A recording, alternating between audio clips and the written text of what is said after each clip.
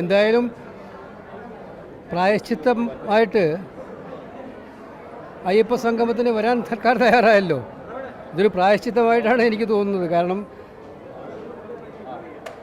ശബരിമല വിശ്വാസികളെ ആകമാനം വേദനിപ്പിച്ച ഒരുപാട് സംഭവങ്ങൾ കഴിഞ്ഞ കാലഘട്ടങ്ങളിൽ ഉണ്ടായതാണ്.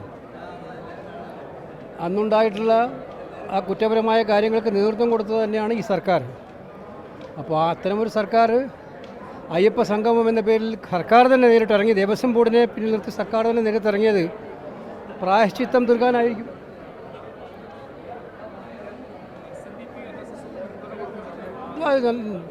ഈശ്വര വിശ്വാസമുള്ള കാര്യങ്ങൾക്കൊക്കെ അത്തരം സംഘടനകൾ എല്ലാ കാലത്തും പിന്തുണ കൊടുക്കാറുണ്ടല്ലോ. അല്ല, ഞാനിപ്പം അതിനകത്ത് രാഷ്ട്രീയ വാഗ്വാദങ്ങളിലേക്ക് പങ്കുചേരാൻ ഉദ്ദേശിക്കുന്നില്ല. വിശ്വാസത്തിൻ്റെ വഴികളിൽ കാര്യങ്ങൾ ചെയ്യുമ്പോൾ അത് വിശ്വാസികളെ സംബന്ധിച്ചിടത്തോളം അവർക്ക് വിശ്വാസികൾക്ക് പൂർണ്ണമായിട്ടും സന്തോഷമുണ്ടാക്കുന്ന, അവർക്ക് സംതൃപ്തി ഉണ്ടാക്കുന്ന കാര്യങ്ങളായിരിക്കണം നടക്കണമെന്ന് മാത്രമേ ഉള്ളൂ. മുൻകാലങ്ങളിൽ അങ്ങനെയല്ല നടത്തിയത് സർക്കാർ. ഇപ്പോൾ നടത്തുമെന്ന് നമുക്ക് നോക്കാം.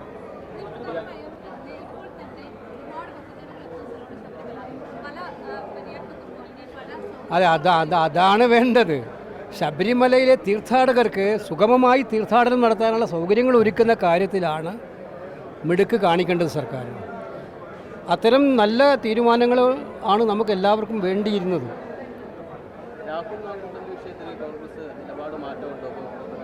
അല്ല, അതൊക്കെ ഇവിടെ പറഞ്ഞിരുന്നതാണ്, പാർട്ടി പറഞ്ഞ നിലപാട് പറഞ്ഞിരുന്നു.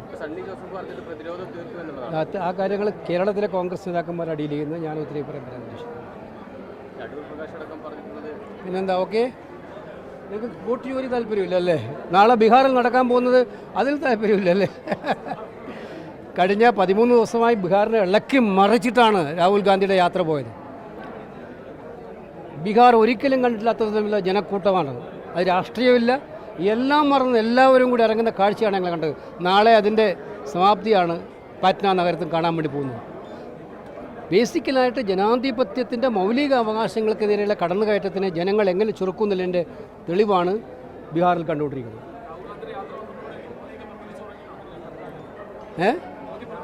അല്ല, പ്രതികരിക്കേണ്ടി വരുമല്ലോ. ഇപ്പം സ്വാഭാവികമായിട്ടും ന്യായമുള്ള കാര്യങ്ങൾ പറയുമ്പോൾ അതിനകത്ത് പ്രതികരിക്കേണ്ടി വരുമല്ലോ.